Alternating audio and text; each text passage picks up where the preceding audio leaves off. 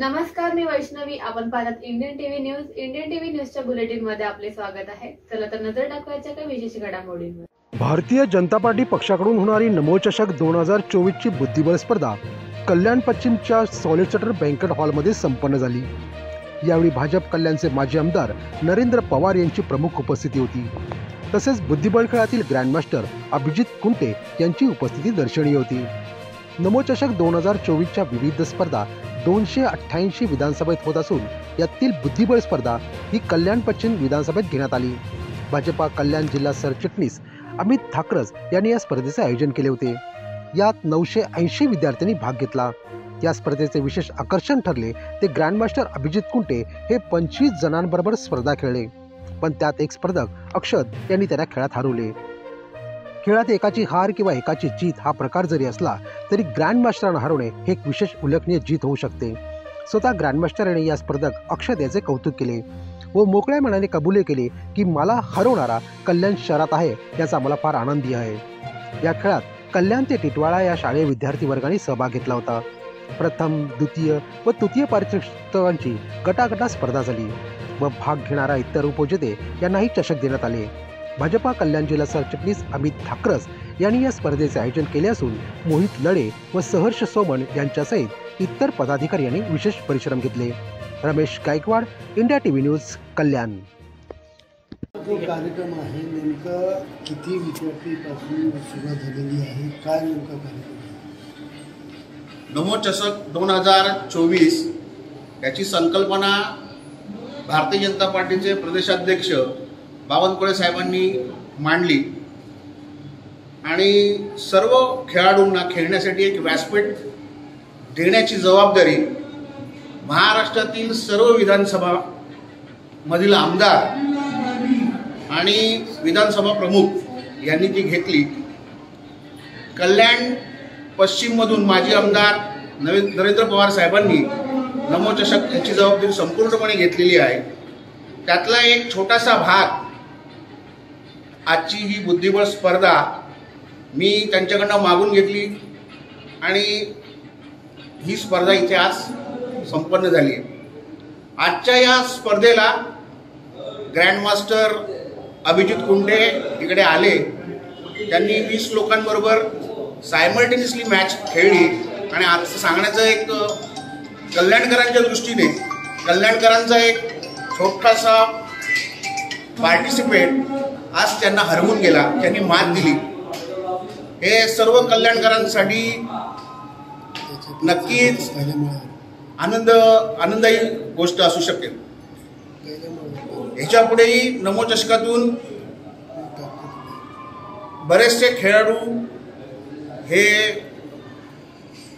Participation करतील, जिंकून येतील आणि आपल्या भारताचं, आपल्या राष्ट्राचं नाव उज्ज्वल करतील याची मला खात्री वाटते.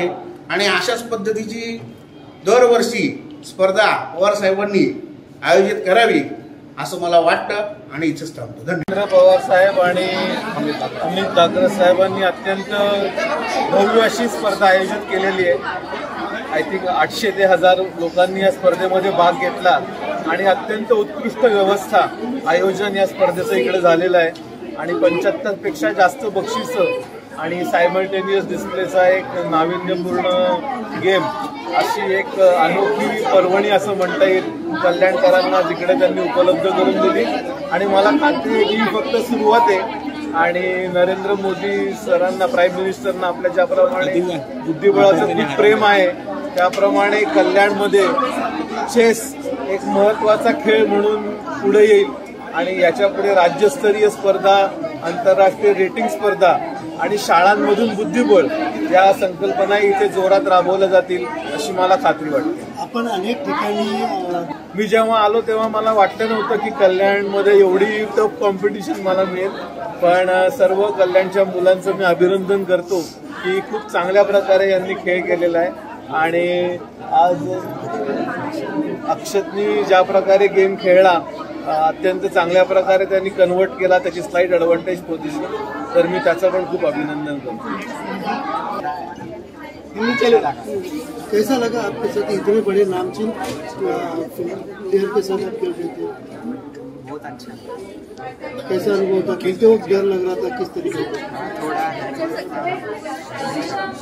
जब लगा कि आपने पूरा गेम खेल लिया तब क्या कैसा लगा? फिर अच्छा। काय बोलता? माझं नाव चिन्मय शिरीष शिंदे आहे. मी इथे बुद्धिबळ स्पर्धा खेळायला आलो आहे. मी बुद्धिबळ 14 वर्षांपासून खेळत आहे. अमित दाखले सरांनी खूप चांगला प्रोग्राम आयोजित केला आहे.